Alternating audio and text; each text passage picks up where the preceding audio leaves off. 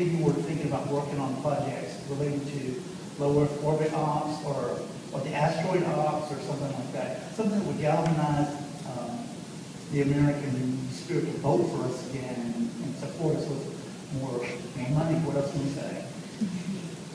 Anything like that going on? It's hard for us to say what kind of project would galvanize the people. It starts from the top.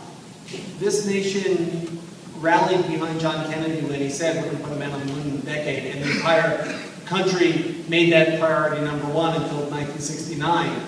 We have not really had an administration that has made it that kind of a priority, has made it cool, has had a consistent emphasis on science and exploration. The tide has turned. There's been a lot of talk about STEM education, and that might help spark that next generation.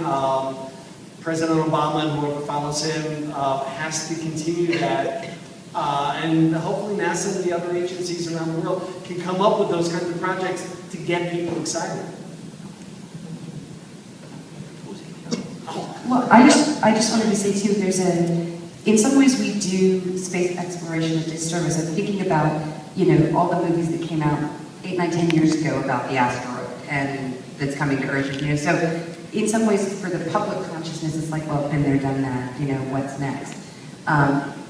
But Star Trek, Star Wars, all of the science fiction universes that we're passionate about, by just continuing to do what we do, to reach out to young kids, through our work and getting them inspired to think about this part of our existence is almost, I think, the best that we can do.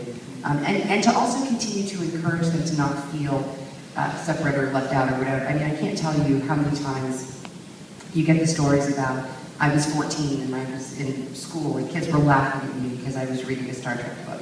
And you want to just kill people because it's so wrong on every level. But what you do is reach out to the 14-year-old and go, there are more of us out there than you can possibly imagine. So hang in there, you know what I'm saying? Pretty much this entire audience is that. We all got the glass for kickball.